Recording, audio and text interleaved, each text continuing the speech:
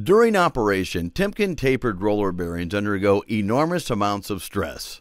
This stress can cause extensive damage to the bearing if it has inadequate or contaminated lubricant, was damaged or dropped during installation, or was adjusted or installed improperly. Today we'll look at ways to tell what went wrong with a bearing by looking at the type of damage it received. First, we look at the effects of debris contamination on the bearing. Debris contamination causes small bruises or indentations along the raceway, reducing the lifespan of the bearing.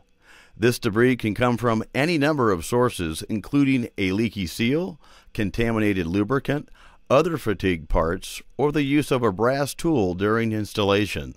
This is why cleanliness during bearing installation is so vital to ensuring safe operation. Water or moisture contamination is also a common cause of bearing damage. This moisture could enter the bearing during the installation or could be the result of fluctuating temperatures forcing the steel to sweat or extract moisture from the air. This moisture rusts or etches away at the raceway material, creating dark lines along the race roller contact points. If a bearing with etching damage is used, the resulting stress along the damaged sections will cause it to look something like this. As you can see, the etched areas of the raceway have suffered deep extreme line spalling due to the elevated stress and temperature the bearing undergoes during operation. Chunks of the raceway material have been torn off by the rollers as they pass, causing damage to the bearing. We don't like to see it happen, but we know that no matter how careful you are, sometimes a bearing is going to get dropped.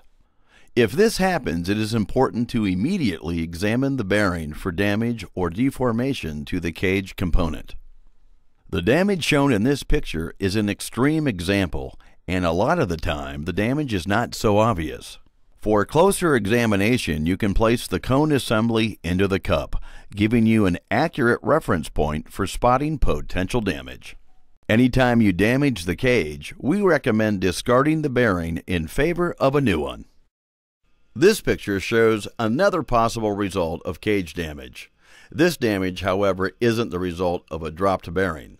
What happened here is that during the installation process, the operator made contact and pressed down on the front face of the cage, causing it to spread or expand. This forced the cage into contact with the cup during operation, causing drag that skewed and deformed the cage, ruining the bearing. Using the proper tool during installation is vitally important.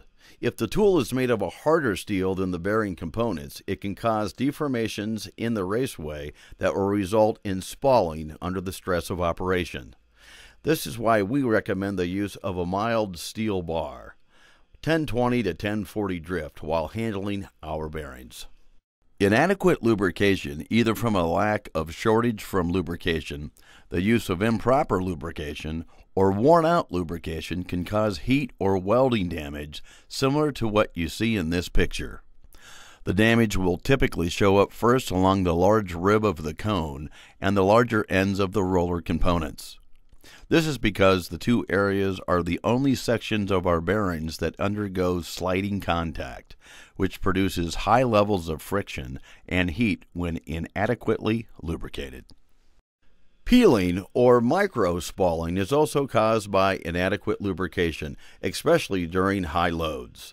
This happens when an inadequate lubrication or overloading forces metal-to-metal contact between the raceway and the rollers, generating excess heat and wearing away the raceway material.